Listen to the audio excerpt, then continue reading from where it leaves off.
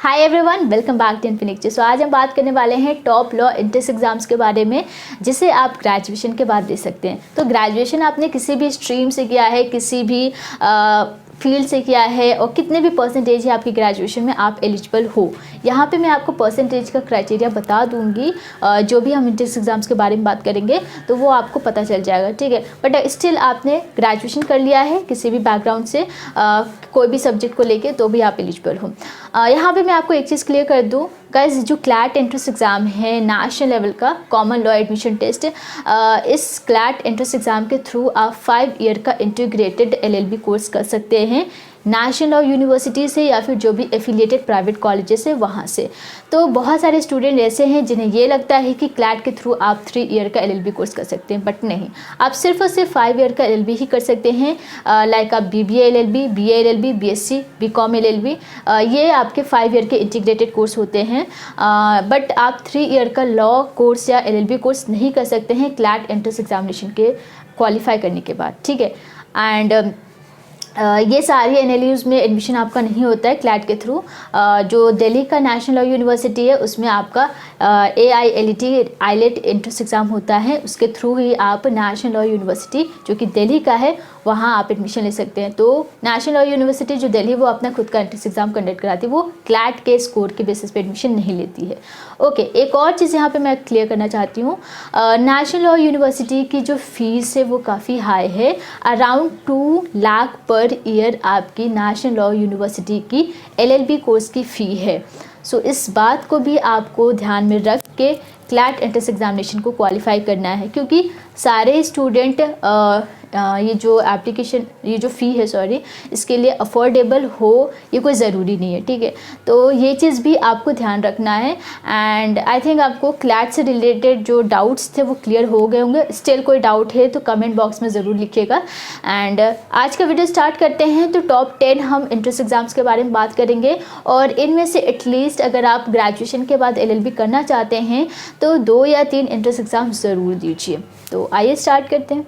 So number 1 पे बात करते हैं LSAT India, law school admission test for India. इस एंट्रेंस एग्ज़ाम को LSAT कंडक्ट कराती है। एंड यहाँ पे गाइस कोई भी एजुकेशन क्वालिफिकेशन नहीं है, ना ही कोई एज लिमिट दिया गया है, ना ही कोई परसेंटेज का क्राइटेरिया है। तो किसी भी बैकग्राउंड से आपने ग्रेजुएशन कंप्लीट कर लिया है, आपके कितने भी परसेंटेज आपने स्कोर किया है, कोई भी एज है आपकी, आप LSAT इंडिया एंट्रेंस एग्ज़ाम के लिए अप्लाई कर सकते हैं। बट जो भी पार्टिसिपेटिंग इंस्टीट्यूट से उसका जो भी क्राइटेरिया होगा उसे आपको फुलफ़िल करना होगा, जिस भी पर्टिकुलर इंस्टीट्यूट में आपको एडमिशन लेना है, राइट। तो यहाँ पे आपकी रीजनिंग और आपकी क्रिटिकल थिंकिंग को टेस्ट किया जाता है। इसमें कोई भी एप्टीट्यूड सेक्शन नहीं होता है। तो अगर आपको एप्टीट्यूड से प्रॉब्लम है या मैथ्स आपको नहीं आती है तो आप इस एंट्रेंस एग्ज़ाम को दे सकते हैं। यहाँ पर कोई भी नेगेटिव मार्किंग नहीं होता है। इस एग्ज़ाम को आप इंग्लिश में दे सकते हैं।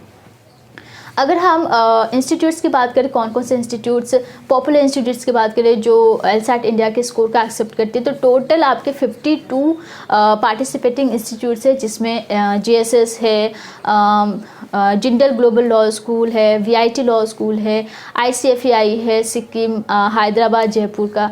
तो ये कुछ पॉपुलर इंस्टीट्यूट्स हैं। नंबर 2 पे बात करते हैं DU LLB एंट्रेंस एग्ज़ाम। सो ये एक नेशनल लेवल का एंट्रेंस एग्ज़ाम है जिसे NTA, that means national testing agency, conduct कराती है on the behalf of Delhi university.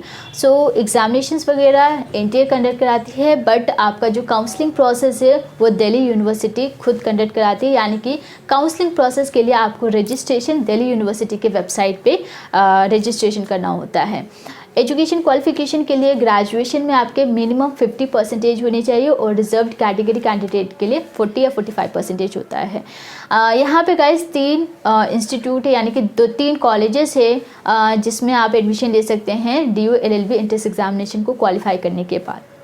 Number 3 पे बात करते हैं BHU law entrance exam. So Banaras Hindu university graduation level पे BHU UET entrance exam conduct कराती है, और पोस्ट ग्रेजुएशन लेवल पे BHU PET entrance exam conduct कराती है। तो अगर आप 3 ईयर का LLB कोर्स करना चाहते हैं तो BHU UET का एंट्रेंस एग्ज़ाम देना होता है।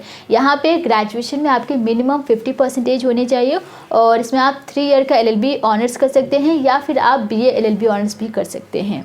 नंबर 4 है PU-LLB। So Punjab university PU-LLB entrance exam conduct कराती है 3 ईयर LLB कोर्स के लिए, जिसे आप ग्रेजुएशन के बाद कर सकते हैं। तो ग्रेजुएशन में आपके मिनिमम 45% आपका एग्रीगेट होना चाहिए और रिजर्व कैटेगरी के लिए 5% का रिलैक्सेशन होता है। यहाँ पे गाइस एडमिशन आपका कम्प्लीटली एंट्रेंस एग्जामिनेशन के बेसिस पे नहीं होता है।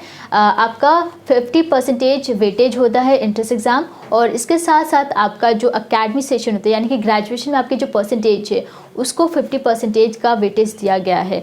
तो आपका कम्प्लीटली एंट्रेंस एग्ज़ाम के बेसिस पे ही एडमिशन नहीं होगा। 50% आपका एंट्रेंस एग्ज़ाम पे डिपेंड करेगा, 50% आपका ग्रेजुएशन के मार्क्स पे डिपेंड करेगा। टोटल 4 लॉ कॉलेजेस है, पार्टिसिपेटिंग कॉलेजेस है पंजाब यूनिवर्सिटी का, जिसमें आप एडमिशन ले सकते हैं 3 ईयर का LLB कोर्स के लिए। नेक्स्ट है MHCT लॉ एंट्रेंस एग्ज़ाम। सो ये एक स्टेट लेवल का एंट्रेंस एग्जामिनेशन है और यहाँ से आप 3 ईयर LLB या फिर 5 ईयर LLB कोर्स कर सकते हैं।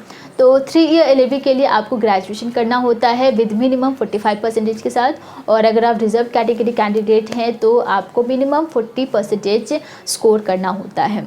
ओके गाइस, जैसे कि ये एक स्टेट लेवल का एंट्रेंस एग्जामिनेशन है, तो यहाँ पे 85% सीट्स जो है वो महाराष्ट्र डोमिसाइल के लिए रिजर्व्ड रहती है और 15% आउटसाइड महाराष्ट्र के लिए रिजर्व्ड रहती है। इसका मतलब ये है कि जो महाराष्ट्र के स्टूडेंट्स है या महाराष्ट्र के जो कैंडिडेट्स है वो 85% सीट्स के लिए एलिजिबल है, और जो आउटसाइड महाराष्ट्र है तो वो 15% सीट्स के लिए रिजर्व। तो आपके लिए सिर्फ और सिर्फ 15% सीट ही है जिसके लिए आप एलिजिबल होते हो, और मोर देन 145 पार्टिसिपेटिंग इंस्टीट्यूट से, पार्टिसिपेटिंग लॉ इंस्टीट्यूट से जो MHCT लॉ एंट्रेंस एग्ज़ाम के स्कोर को एक्सेप्ट करती है।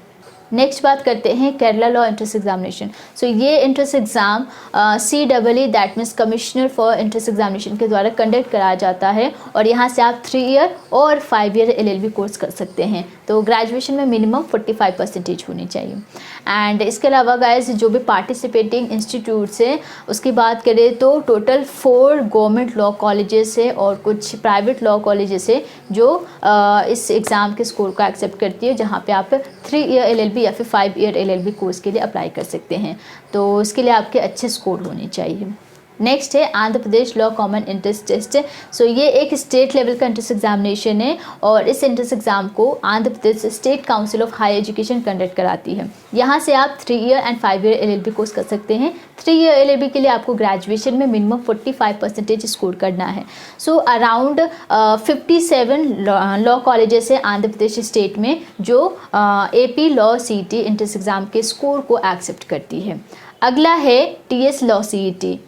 अगेन ये स्टेट लेवल का एंट्रेंस एग्जामिनेशन है जिसे ओस्मानिया यूनिवर्सिटी ऑर्गेनाइज कराती है on the behalf of Telangana state council of higher education.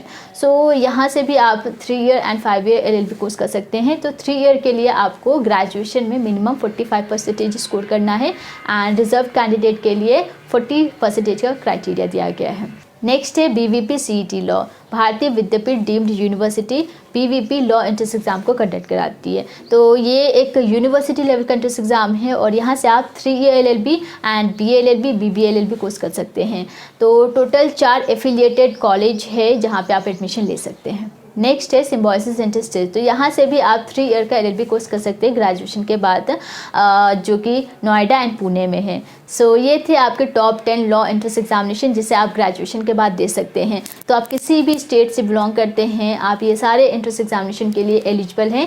And अगर आपको LLB से रिलेटेड, क्लैट, आईलेट से रिलेटेड या फिर कौन कौन से अपॉर्चुनिटीज़ है LLB करने के बाद, गवर्नमेंट जॉब कौन कौन सी है, इन सब के बारे में अलग अलग सेपरेट वीडियोस है इस चैनल पे। तो उसे अगर आप देखना चाहते हैं तो एक बार इस चैनल को विजिट कर सकते हैं या फिर डिस्क्रिप्शन बॉक्स एक बार ज़रूर चेक कर लीजिएगा। एंड इस चैनल को आप सब्सक्राइब कर सकते हैं, साथ ही साथ नोटिफिकेशन को भी ऑन कर सकते हैं। तो आज के लिए बस इतना ही। Thank you so much and take care.